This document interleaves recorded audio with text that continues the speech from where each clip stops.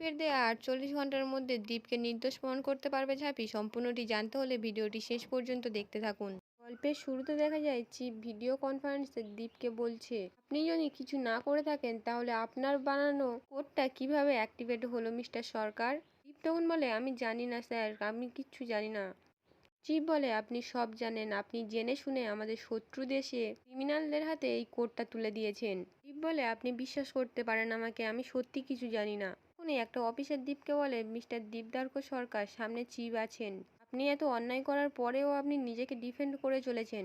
চিফের মুখে মুখে কথা বলছেন, আমরা বাকি অফিসাররা কিন্তু আপনার কাছে একটু ডিসিপ্লিন আশা করছি। তখনই চিফ বলে, মিস্টার সরকার, আপনার এফএসএস জয়েন করার পর থেকে আপনার এফএস এর প্রোটোকল না মানার জন্য আমাদের প্রবলেম ছিল, কিন্তু সেটা যে এই পর্যন্ত করাবে আমরা ভাবতেও পারিনি। This is not done mister Sarkar. আপনি কল্পনাও করতে পারছেন না এই দেশদ্রোহীর ফল কি হতে পারে। আমি ভেবেছিলাম আপনি একজন জিনিয়ার্স, আপনি সত্যিই জিনিয়ার্স, কিন্তু অন্ধকার জগতের জন্য, আমাদের জন্য নয়। বুদ্ধিমত্তার আড়ালে আপনি যে এই ছকটা কষেছিলেন আমরা বুঝতে পারিনি। উনি দীপ বলে, বিশ্বাস করুন স্যার, এই স্ক্যামের পিছনে আমার কোনো হাত নেই। আমি একজন এফএক্স এজেন্ট, আমার কাজ আমাদের দেশের ইকোনমিকে প্রজেক্ট করা, তা না করে আমি কেন ক্ষতি করতে যাব। চিফ বলে, টাকার লোভ সব থেকে বড় লোভ মিস্টার সরকার, এখনো সময় আছে, বলে ফেলুন কোডটা কোথায় বিক্রি করেছেন আপনি। চিফ বলে, প্লিজ চিফ, ট্রাস্ট মি, আমি কাউকে কোড বিক্রি করিনি। ওই কোড পাসওয়ার্ড প্রোটেক্টের অবস্থায় আমার বাড়িতেই রয়েছে, না হলে বিশ্বাস না করলে আমাদের বাড়িতে গিয়ে দেখবেন চলুন। আমার ধারণা কেউ কেউ হুবহু একই কোড নকল করে এই কাজটা করছে। বলে, এটা পসিবল নয়। তখনই উজ্জয়িনী বলে, কেন চিফ, এটা তো হতেই পারে, কেন হওয়ার নয়। তখনই চিফ বলে, কারণ এই কোডটা বানানোর মতো দ্বিতীয় জিনিয়ার্স আর এই পৃথিবীতে নেই। দুটোর মধ্যে যে কোনো একটা হয়েছে, হয় আপনি কোডটা বিক্রি করেছেন, না হলে আপনার ল্যাপটপ থেকে কেউ এই কোডটা চুরি করেছে। চিফ বলে, কি হলো চুরি, এটা তো পাসওয়ার্ড প্রোটেক্টেড। বলে, পাসওয়ার্ড প্রোটেক্টেড কি হয়েছে, ওটা কেউ হ্যাক করে ফেলেছে। দীপ মনে মনে বলে, এটা কিভাবে পসিবল, আমার ল্যাপটপ থেকে কেউ ওই কোডটা চুরি করতে পারে। তখনই চিপ বলে, কি করে সম্ভব, আমরা যেটা বলছি সেটাতেই আপনি অবাক হয়ে যাচ্ছেন, আপনি এটা কাউকে বিক্রিও করেননি, আপনার ল্যাপটপ থেকে কেউ এটা চুরিও করেনি, এটা কি করে হয়। এত বড় ঘটনাটি যে ঘটেছে তার কি এক্সপ্লেন দেবেন আপনি। আপনার ল্যাপটপ থেকে চুরি হয়েছে যখন, তার দায় আপনার। নিজের ক্রিয়েশনকে প্রোটেক্ট করতে পারবেন না যখন, তাহলে ডিস্ট্রয় করে দেননি কেন। শুধু আপনার জন্য দেশের ইকোনমিক সিস্টেমের তালমাতাল অবস্থা, শাস্তি আপনাকে পেতেই হবে মিস্টার সরকার। হঠাৎ করেই ঝাঁপি কনফারেন্সের ভিতরে চলে আসে। একটা পুলিশ তখন বলে, এখান থেকে চলুন, আপনি তাড়াতাড়ি চলুন। ঝাঁপি বলে, আমি এখান থেকে কোথাও যাব না। দীপ তখন মনে মনে বলে, এত কিছুর পরেও ঝাঁপি আমার জন্য এখানে ছুটে চলে এসেছে। এদিকে তো উজ্জয়িনীও মনে মনে বলে, ও মাই গুডনেস, এখানেও ঝাঁপি চলে এসেছে। এবার কেসটা না আরো জটিল হয়ে যায়। তখনই ঝাঁপি এসে উজ্জয়িনীকে বলে, ম্যাডাম আপনি তো জানেন সব, তাহলে বলুন না সবাইকে, উনি এরকম কাজ করতে পারেন না।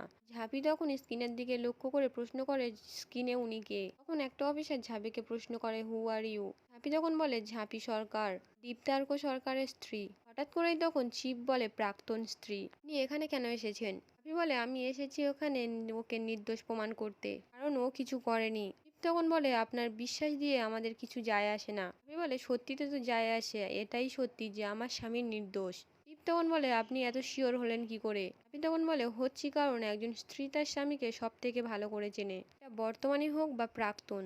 যে কোডটা নিয়ে আপনারা ওকে সন্দেহ করছেন, সেই কোডটা কিন্তু ওর কাছে আজ 10 বছর রয়েছে। যদি কোডটা বিক্রি করে নিজের আখের গোছানোই হতো, তাহলে ও অনেক আগেই তো বিক্রি করে দিতে পারতো, দেখি নিজের কাছে এতদিন ধরে গুছিয়ে রেখে দিত। যে মানুষ নিজের দেশের মাটিতে থেকে কাজ করবে বলে দেশের লাক্সারিয়াস লাইফ স্যাটিসফাই করতে পারে, সে নিজের জীবন বাজি রেখে জাল নোট কারবারিদের মুখের গ্রাস ছিনিয়ে আনতে পারে, তো রেসপন্সিবল মানুষ সে নিজের আখেরের জন্য এত বড় দেশের ক্ষতি করবে, এটা আমার কাছে অসম্ভবই নয়, অবাস্তব। তাও আমি তো একজন সাধারণ মানুষ, আপনাদের বোধ বুদ্ধি বিচক্ষণার উপর আমার কথা বলা সাজে না। আপনারাই খোঁজ খবর নিয়ে দেখুন না উনি কেমন মানুষ। এদিকে তখন দীপ মনে মনে বলে, আমি জানি ঝাঁপি, আমাকে বাঁচাতে পারলে একমাত্র তুইই পারবি। এতক্ষণ বড্ড অসহায় লাগছিল রে, তোকে দেখে, তোর কথা শুনে এখন একটু ভরসা পাচ্ছি। ঝাঁপি চিপকে বলে, স্যার, এই দেশের হাজার হাজার ব্যাংকের মতো আমার ব্যাংকও ক্ষতিগ্রস্ত হয়েছে। আমাদের বাড়িতে আরো দুজন কর্মচারী আছে, আর একজন তো ওর নিজের বোন, সে আমার ব্যাংকে চাকরি করে, আর একজন ওনার স্বামী অন্য ব্যাংকে চাকরি করে, তার ব্যাংকেও সেম এরকম হয়েছে। আপনি একটা কথা বলুন আমাকে, ও কি নিজে ইচ্ছে করে নিজের পরিবারের লোককে ডুবিয়ে দেবে। আমি জানি ঘটনাটা ঘটেছে, আর আপনাদের মতো আমিও তো চাই এবার যারা দেশের আড়ালের এত বড় সর্বনাশ করছে তারা ধরা পড়ুক। এটাও জানি যতক্ষণ ওরা না ধরা পড়ছে ততক্ষণ আমার স্বামী এই কলঙ্ক থেকে মুক্তি পাবে না। তখনই চিপ বলে, বারবার স্বামী স্বামী বলবেন না, প্রাক্তন স্বামী বলুন। তখন ঝাঁপি বলে, এই মুহূর্তে দাঁড়িয়ে আপনাদের সাহায্য করতে পারে একজন মানুষ, দীপদার্ক সরকার। এই দীপদার্ক সরকার আর আমি দুজন মিলেই ক্রিমিনালদের মোকাবিলা করব। আপনি শুধু আমাকে 48 ঘন্টা সময় দিন স্যার। তার মধ্যে আসল অপরাধীকে খুঁজে বের করে আমি প্রমাণ করে দেব যে আমার স্বামী নির্দোষ। এই স্ক্যামের সঙ্গে ওর কোনো কানেকশন নেই। বলে, ফাইন, দিলাম তোমাকে 48 ঘন্টা সময়। মধ্যে আপনারা যদি প্রমাণ করতে পারেন এই স্ক্যামের পিছনে মিস্টার সরকারের কোনো হাত নেই, তাহলে আমি মনে করব উনি ইনোসেন্ট পারসন। কিন্তু আপনি মনে রাখবেন, এই 48 ঘন্টার থেকে 1 ঘন্টাও বেশি আমি সময় আপনাকে দিতে পারবো না।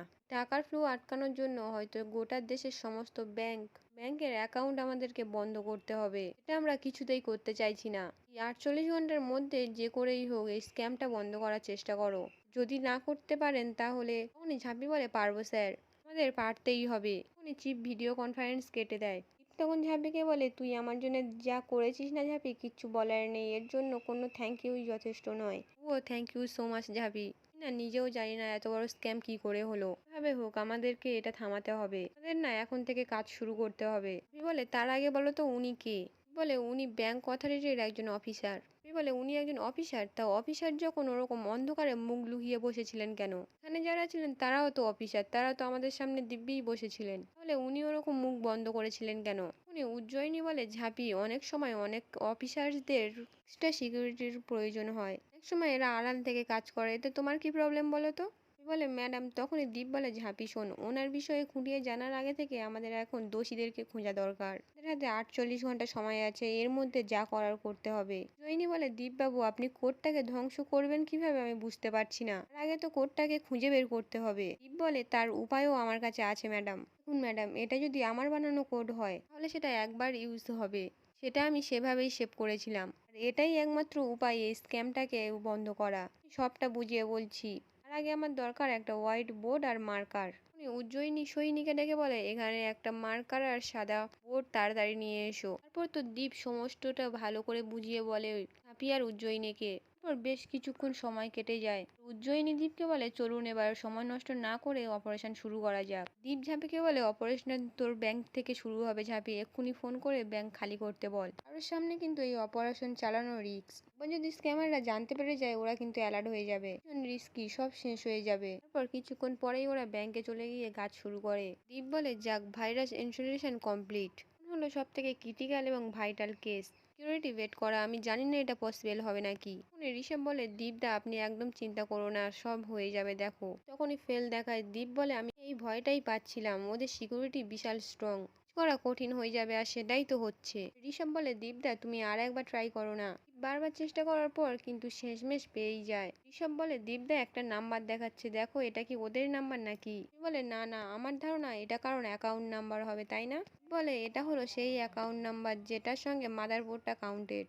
জৈনেকে বলে, ম্যাডাম ইমিডিয়েটলি এই ব্যাংক হোল্ডারের নাম্বার সঙ্গে খোঁজ নিতে হবে। এই হোল্ডারের নাম কি, কোথায় থাকে, কি সমস্ত কিছু খোঁজ নিতে হবে। ধারণা এই অ্যাকাউন্টের ওনারই হলো এই স্ক্যামের কান।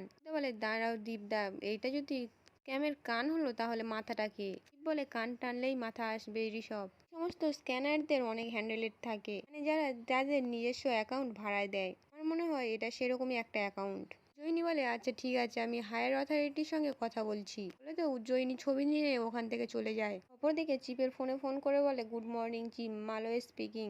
বলে, good morning Malay, give me the update. টাকা ঠিক করে ঢুকছে তো? তখন মালয়ে বলে, আমার অ্যাকাউন্টে 3 কোটি টাকা ঢুকেছে, আমার 1 কোটি টাকা রেখে তোমাদেরকে সবাইকে 2 কোটি টাকা ভাগ করে দেব।